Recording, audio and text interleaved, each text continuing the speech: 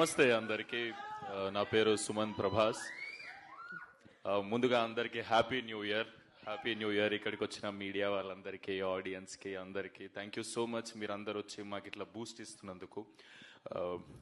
Definitely ఇది చాలా encouragement ఇస్తుంది, ఎందుకంటే ఈ స్టేజ్ నేను చాలా రోజుల తర్వాత ఎక్కినా. It's like 2.5-3 years almost. నా ఫస్ట్ సినిమా చేసిన తర్వాత ఈ సినిమా చేసిన.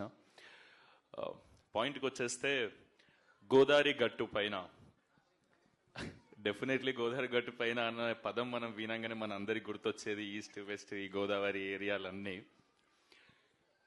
నేను ఆ గోదావరి ఏరియాకి ఫస్ట్ టైం వెళ్ళినా నా లైఫ్లో, అంటే ఈ సినిమా షూటింగ్ కోసమే.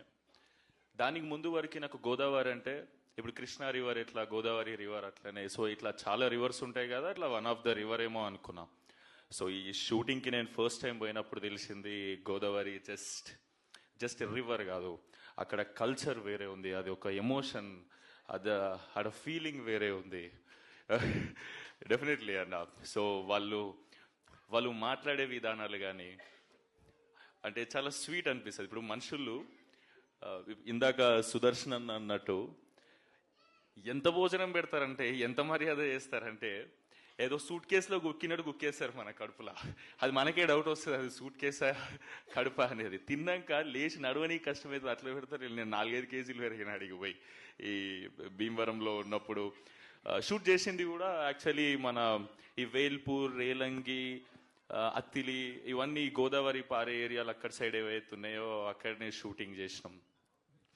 షూటింగ్ చేసినాక అర్థమవుతుంది, నా ఫ్రెండ్స్తో అంటుండే, ఎంత లక్కీరా వీళ్ళు, ఎంత కాదన్నా మనకన్నా కొంచెం లక్కీ ఇక్కడ ఉట్టి పెరిగిన వాళ్ళు. ఎందుకంటే వాళ్ళకు పొద్దున్నే అలారంతో లేవాల్సిన అవసరం లేదు, పొద్దున్నే పందెంకోళ్ళు లేపుతాయి, నాటుకోళ్ళు లేపుతాయాలని. లేచి పొద్దంతా పనిచేసి సాయంత్రం అలసిపోయి స్ట్రెస్ వస్తే టైంకి మంచిగా గోదావరి గాలి వచ్చి తగులుతుంటుంది వీళ్ళకి. అంటే ఎన్ని మెడిటేషన్ యాప్లు డౌన్లోడ్ చేసుకుంటే మనకు రిలీఫ్ రాదు, ఎన్ని చేసుకున్నా.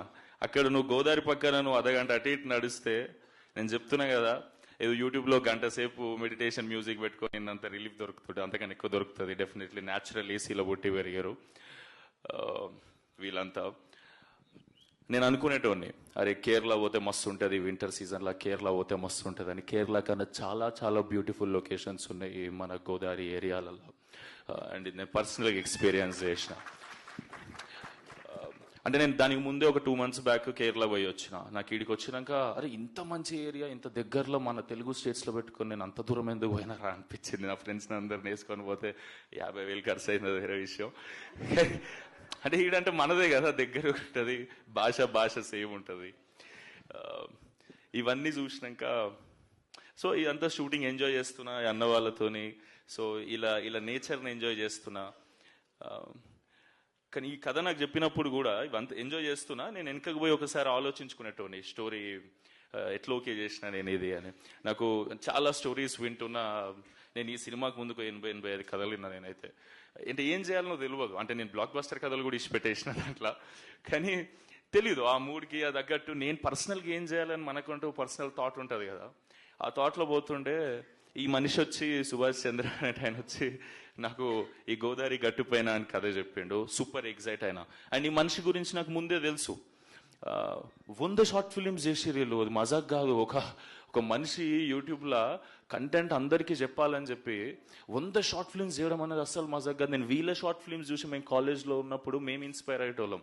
నా ఫ్రెండ్ మనీ, దుర్గా, వీళ్ళందరూ అన్న వాళ్ళ పొజిటివ్నెస్, ఈ షార్ట్ ఫిల్మ్స్, ప్రయాణం షార్ట్ ఫిల్మ్స్ నాకు చూపెట్టి, అంటే సూపర్ క్వాలిటీ ఉండేటి 10-15 ఏళ్ళ క్రితమే. అవి చూసి ఇట్లా ఇన్స్పైర్ అయ్యి మనం కూడా ఇట్లా చేద్దామరా అని అనుకున్నాం. దాని తర్వాత మేము సంహౌ సినిమాలకు వచ్చినాం, మేము ఫేమస్ అనే సినిమా చేసినాం. కానీ నా నెక్స్ట్ సినిమా నేను ఎవరి దగ్గరనైతే మ్యాక్సిమం ప్రెజెంటేషన్ కానీ ఈ తీసే విధానం కానీ ఇన్స్పైర్ అయ్యి ఉండేనో షార్ట్ ఫిలిమ్స్ ఉన్నప్పుడు, ఆ మనిషి వచ్చిన సెకండ్ సినిమా తీస్తున్నట్టే నేను చాలా హ్యాపీ ఫీల్ అయినా. అండ్ ఆయన వచ్చే ముందే నాకు తెలిసి ఈయన ఎట్లాంటి కథ చెప్తాడు, ఎందుకంటే ఆయన మైండ్ సెట్ అనే షార్ట్ ఫిల్మ్స్ అవన్నీ నాకు ముందే ఐడియా ఉన్నాయి కాబట్టి. ఆయనకు నేను తెలియదు డెఫినెట్లీ కదా, అంటే పరిచయం లేదు. మేబీ మ్యూచువల్స్ ఉన్నారా మనకి? వంశీ అని ఉన్నాడు, సారీ. కానీ పర్సనల్గా ఎప్పుడు కలవాలి. సో మనిషి ఎట్లాంటాడో తెలుసు, ఏ కథ చెప్తాడో తెలుసు. ఈ కథ చెప్తున్నా కదా, ప్రాపర్ కిటికీలకి పల్లెటూరుని చూసినట్టుంటుంది ఈ కథ. అంటే ఈ సినిమాని ఫీల్ అవ్వాలంటే ఎట్లా చెప్పాలి మీకు, మీరు ఈ సినిమా ఇప్పుడు నేనే ఉన్నా, నేనేమో కొట్టే తెచ్చే పెట్టినట్టు ఉంటుంది నేను మాట్లాడేది, నేను పుట్టి పెరిగిందంతా తెలంగాణలో కాబట్టి. ఈ అన్న వచ్చి నాకు గోదావరి స్లాంగ్ లో డైలాగ్ చెప్తా, అది మెలోడీ సాంగ్ లేకుంటుంది, నాదేమో ఫోక్ సాంగ్ లేకుంటుంది. అది నాకు మస్తు కష్టమయ్యేది రెండింటి బ్లెండ్ చేసుడు. ఇప్పుడు ఈ అన్న డైలాగ్ చెప్తాడు, ఏంది మన దాంట్లో అయితే మాటలు ఎట్లుంటాయి, ఇటు సైడ్ అయితే ఎమ్రా అల్లుడు ఎట్లున్నావు అని అంటే, అరే మంచిగా ఉన్నావు అమ్మ, నువ్వు ఎట్లున్నావే, అది ఇదే డైలాగ్ మన దాంట్లో ఉంది కదా. ఇప్పుడు వీళ్ళందరూ నన్ను బాగా ట్రైన్ చేశారు, ఎందుకంటే మనకు మస్తు కష్టమవుతుంది ఆ స్లాంగ్ మాట్లాడడం. నాకు తర్వాత అర్థమైంది, సినిమా ఏదో జోష్లో ఓకే చేసేసిన, ఎమోషన్స్ ఫ్లో అంతా నచ్చి. కానీ ఈయన వచ్చి అంటాడు, డైరెక్టర్ కసిరెడ్డి అన్న, మా విజయ్ ఉంటాడు డైరెక్షన్ డిపార్ట్మెంట్లో వచ్చి, ఈ డైలాగ్ ఎట్లా చెప్పాలంటే, ఇప్పుడు ఆయన ఎమ్రా అల్లుడు అని నేను అనడు సుమంత్, ఆయన నేను ఎరా అల్లుడు ఎలా ఉన్నా అప్పుడు నువ్వేం చెప్పాలంటే, కేక నువ్వేటి మాయా జుట్టుకు మంచి రంగేస్తున్నట్నా, ఇంట్లో అత్తయ్య లేదా అంటే నాకు ఇది అచీవ్. ఇప్పుడు నేను చాలా ఫ్లోగా ఏదో చెప్పేస్తున్నా, డెఫినెట్లీ అక్కడ పుట్టి పెరిగినంత ఆర్గానిక్ గా రాకపోవచ్చేమో, కానీ ఇది నాకు ఫ్లో అచీవ్ చేయడానికి వీళ్ళు చాలా కష్టపడ్డారు, ఎందుకంటే నాకు మస్తు కష్టమైంది అది నేర్చుకునేటప్పుడు, కానీ నాకు నేర్పియడం ఇంకా కష్టం వీళ్ళకి. Thank you so much Subhash అన్న, thank you so much Kasireddy అన్న. అండ్ నువ్వంటావు గోదావరిలో మాట్లాడతాడు, నెల్లూరు మాట్లాడతాడు ఈ అన్న. ఈ అన్న పోయి ఏమే ఏంది మే, ట్రైనింగ్ ఇవ్వలేదు బ్రో నీకు, నీ ట్రైనింగ్ వద్దన్న, నువ్వు స్పీచ్ ఇస్తా అని చెప్పి ఓకేలే. అంటే ఒకవేళ నెక్స్ట్ కథ నెల్లూరు కథ చేస్తాం మేము ఎవరో తెలుసు, అందుకే నేర్పిస్తున్నాడు. గోదావరి సినిమాలో నెల్లూరు ఎందుకని, ఇప్పుడు నెల్లూరు చేసినప్పుడు నెల్లూరు నేర్చు, అందుకే ముందే నేర్పించేస్తున్నాడు. థ్యాంక్ యూ అన్న, థ్యాంక్ యూ సో మచ్, నీ ప్రేమకు థ్యాంక్ యూ సో మచ్ అన్న. సారీ, నేనేం స్పీచ్ ప్రిపేర్ కాలే. నేనేమనుకున్నా అంటే, నేను ఏదైతే ఎక్స్పీరియన్స్ చేసినో జెన్యూన్ గా అక్కడికి పోయి కానీ ఈ సినిమా చేస్తున్నప్పుడు కానీ అంబియన్స్ అంతా చూసి అదే మాట్లాడేద్దాం మనస్ఫూర్తిగా ప్రేమతో అనుకున్నా. సో నేనేమన్నా అటు ఇటు మాట్లాడితే నన్ను క్షమించండి. సో ఫైనలీ చెప్పాలంటే, ఈ సినిమా అంటే నాకు అనిపించింది, ఈ అమ్మాయి చెన్నై నుంచి వచ్చి తెలుగులో స్పీచ్ ప్రిపేర్ అయ్యి తెలుగులో మాట్లాడింది అంటే, నేను గోదావరిలో మాట్లాడకపోతే కష్టమవుతుంది కదా, అంటే న్యాయం చేసినట్టు ఉండదు నేను గోదావరి గట్టు పైన అని టైటిల్ పెట్టి. సో మీ అందరికి లాస్ట్ ఓ మాట చెప్తున్నా, గోదావరి స్లాంగ్ లో చెప్పడానికి ట్రై చేస్తున్నా డెఫినెట్లీ. Thank you. చెప్తున్నాను కదండి, మీరు కానీ టికెట్ కొని థియేటర్లో కూర్చుంటే గోల్డెన్ అవర్ లో గోదావరి పడవెక్కినట్టు ఉంటుందండి ఈ సినిమా.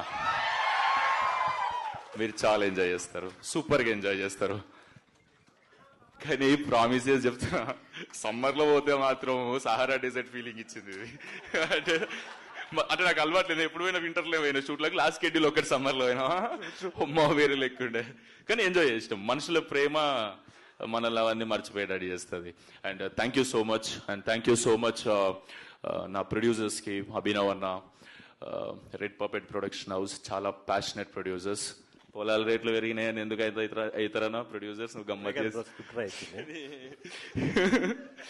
లేదు అన్న, చాలా ప్యాషనెట్ ప్రొడ్యూసర్, నేర్చుకుంటూ దాని గురించి. ఇవాళ రేపు చాలా మంది డబ్బులు ఉన్నాయంటే పెట్టేసి సినిమా చేస్తారు, మనిషి అట్లా కాదు, చాలా క్రాఫ్ట్ నేర్చుకొని దాని మీద ఇది ఏది ఎంత పెడితే ఏ స్కేల్లో వస్తుంది. అంటే ఫస్ట్ టైం తీసిన ప్రొడ్యూసర్ ఈ క్వాలిటీ, మీరు టీజర్ చూస్తే మీకు క్వాలిటీ మంచిగా అనిపించిండొచ్చు కదా అనుకుంటున్నా.